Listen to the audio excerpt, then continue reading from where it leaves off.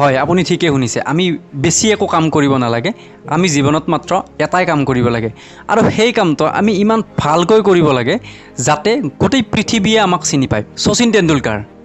তেখেতে কি কৰে তেখেতে এটাই কাম কৰে তেখেতে ক্ৰিকেট খেলে আৰু তেখেত হ'ল ক্ৰিকেটৰ ভগৱান মহেন্দ্ৰ সিং ধোনী আমি কিয় চিনি পাওঁ কাৰণ তেখেতে এটা কামৰ কাৰণে চিনি পাওঁ সেইটো হ'ল তেখেতো ক্ৰিকেটাৰ আৰু যদি আমি চাওঁ আমি মিষ্টাৰ বিষ্টৰ কথা কওঁ মিষ্টাৰ বিষ্টক আমি কেনেকৈ চিনি পাওঁ তেখেতে এটাই কাম কৰে কি কৰে তেখেতে কণ্টেণ্ট ক্ৰিয়েশ্যন কৰে ইউটিউব ভিডিঅ' বনায় গতিকে আমি যদি পৃথিৱীত আমি যদি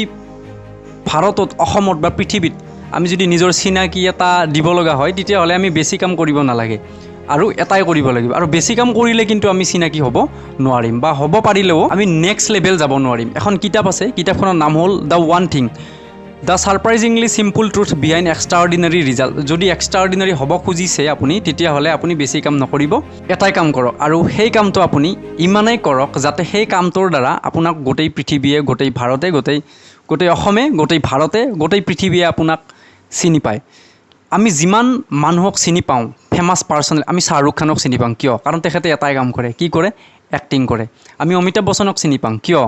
এটাই কাম কৰে তেখেতে কি কৰে এক্টিং কৰে আমি ডিম্পু বৰুৱাক চিনি পাওঁ কিয় চিনি পাওঁ কাৰণ তেওঁ ভিডিঅ' বনায় ইউটিউবাৰ এটাই কাম কৰে 10টা কামত আমি এক্সট্ৰাঅৰ্ডিনাৰী হ'ব নোৱাৰোঁ এটা কামৰ দ্বাৰাই আমি চিনাকি দিব পাৰিম আমি আমাৰ এটা কামৰ দ্বাৰাই আমি প্ৰফেশ্যন বনাব পাৰিম প্ৰফেশ্যন হিচাপে ল'ব পাৰিম যদি সেই কামটো আমি ভালদৰে কৰিব পাৰোঁ গতিকে এবছৰ দুবছৰ 3 বছৰ 5 বছৰ 10 বছৰ যিমান লাগে লাগক সেই এটা কাম কৰক আপুনি যাৰ দ্বাৰা আপোনাৰ এটা পৰিচয় থাকে যাক আপুনি বৃত্তি হিচাপে ল'ব পাৰে যাৰ দ্বাৰা আপোনাৰ এটা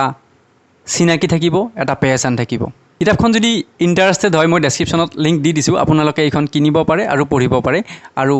সেই এটা কাম আপোনালোকে বিচাৰিব পাৰে যিটো কামৰ দ্বাৰা আপুনি নিজক এটা পৰিচয় দিয়াৰ সুবিধা পায় থেংক ইউ ফৰ ৱাচিং দ্য ভিডিঅ'